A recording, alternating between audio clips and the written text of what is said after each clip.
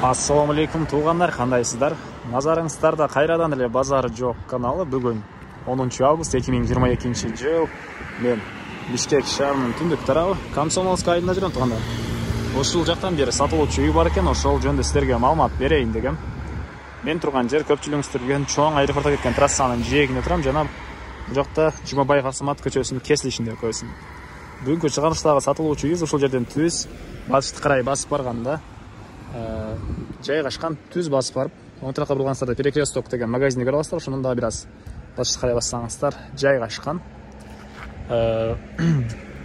Анан бул жака чейин көптөгөн маршруткалар Бишкек шаарынан келет туугандар, по пути машиналар, маршруткалар келет. Сиздер Бишкек шаарынан келип жатып, буякта оң тарапты карап келсеңиздер, ак жол заправкасына жетесиздер. Ошого жетпей, буякта подземка бар, ошонун өйдө тургандагы бул Абсамат Жумабаев көчөсү менен түз батышты карап барганыңыздарда сатылуучу үйгө бара аласыздар. Мына ушундай туугандар. Анда эмесе мен сатылуучу үйгө карай жол алдым. Сиздер лайктан басып, өз оюңуздарды комментарийге жазып туруңуздар. Мынакей туугандар, келүү жолун түшүндүргөнчө бүгүнкү чыгарыштагы сатылуучу үйгө да жетип келип калдым. Бул мынакей сатылуучу үйүбүздүн көчө тарабы, бул үй болуп калат туугандар. Мынакей. Анан мектеп жөнүндө айтсак, бул жерде жакын жерде жайгашкан, 250 метр, 300 метр аралыкта. О жолдун жээгинде, үйүбүздөр ошол жолдун жээгинде жайгашкан. Мынакей көчө тараптан забор үчүн фундамент коюлуптур. Анан бул жактан окушнарга окшоп кирген жолго да жай калтырылган. Ушул жерден машинеңиздер менен кирсеңиздер болот. Сиздер келгенче бул жерди үй ээси өзү монтип толтуруп, жолун даярдап деле коет экен. Андан ары бул мынакей короосу, жердин аянты 6 соток. Документтер боюнча кызыл китеп бар туугандар. Мектеп жөнүндө азыр эле айттым, бул жерде мектеп жакын жерде жайгашкан жана частный садиктер бар экен. Суу, свет бар туугандар. Жердин аянты 6 соток. Жердин аянты 6 соток. Үй жөнүндө айтсак, газоблок менен бүтүрүлгөн үйүбүз. Узун туурасы 8/6 экен. Тышкы тараптан утеплять этилген. Көрүп турасыздар, үйүбүздөр бул чыгыш тараптан көрүнүшү. Узун туурасы 8/6 туугандар. Анан алды тарабында көрүп тургансыздар жер жемиштер жана төрүндө пескоблок менен болгон, узун туурасы 9/11 болгон мал сарай бар, синий балы менен. Мынакей көрүп турасыздар. Ушундай көрүнүштү. Алды тарабы стяжка экен.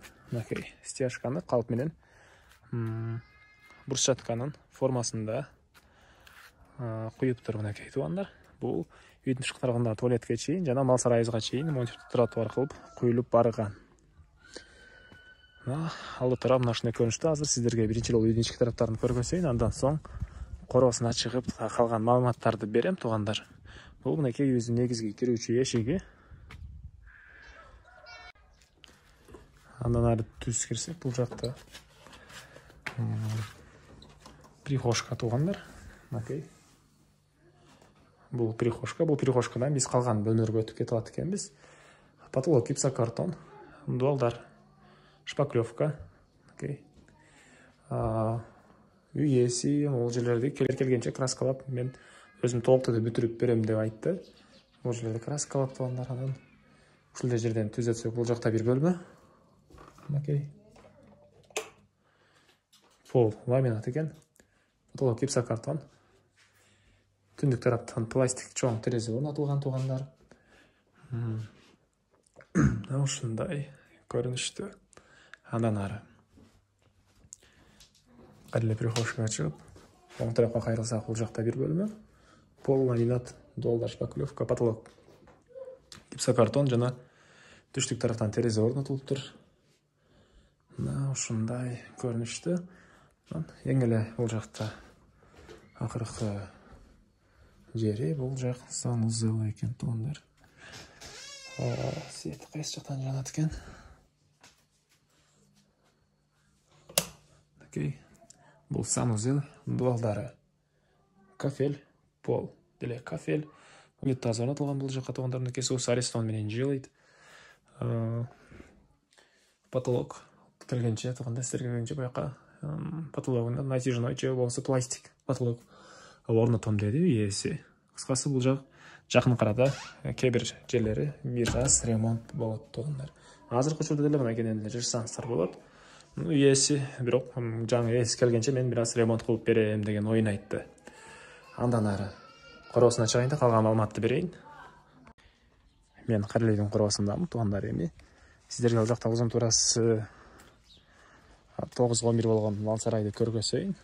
Көрүп турасыздар да, алды тарабында бадыраң, помидор жана ошо көптөгөн жер жемиштер эгилиптир туугандар. Жана айткандай эле тротуар мал сарайга чейин, анан ал жагы үйдүн тышкы тарабындагы туалетке чейин тротуар куюлган туугандар. Мал сарайыбыз стенасы пескоблок экен. Синебал бар туугандар. Бuyakta көп эле чөп баткыдай көрүнөт. Негизинен бул Комсомольскийде туугандар мал баксаңыздар деле өтө эле ыңгайлуудай көрүнөт. Эгеринте полялар бар, көбүнесе малдарды көрүп калам бул жактарда туугандар келгенде. Мал бакканга деле ыңгайлуу жер десе деле болот. Мынакей бул жагы уже поля туугандар. Полялар. Эми мал сарайдын ички тарабын көрүп өсөйүн. Буякта кошуна менен болгон чек ара мындай пескоблок менен тосулуптур. Мындан ары бул мал сарайдын түндүк тарабы.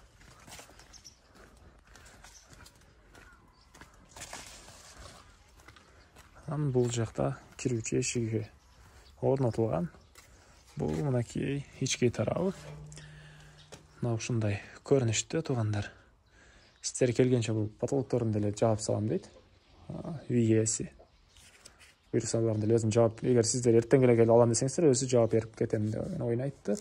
Ички тарабына ылайышып алыптыр. Мен оюмча жылуураак жана жай айларында салкыныраак болуусу үчүн деп ойлоп турам. Өз оюңуздарды комментарийге жаза кетиңиздер. Мына ушундай көрүнүштө мал сарайыбыз. Эми айтылбаган минутус калды туугандар, бир эле баасы калды окшойт. Айтылбаган бул үйүбүздүн баасына $25,000 деп атышат. Сүйлөшүү болот туугандар. Звонок кылып сүйлөшүп көрүңүздөр. Ээсинин номерин экранга калтырам. Звонок кылып сүйлөшүп көрүңүздөр. Сүйлөшүү болот. Анан достор менен, группалар менен бөлүшсөңүздөр, ушул видеону сиздер мага, үй ээсине жана кимдир бирөө ушул сыяктуу үй издеген болсо, ошол адамга чоң жардам берген болосуздар. Анда эмесе мен сиздер менен коштошом туугандар. Кийинки чыгарышка чейин саламатта калыңыздар.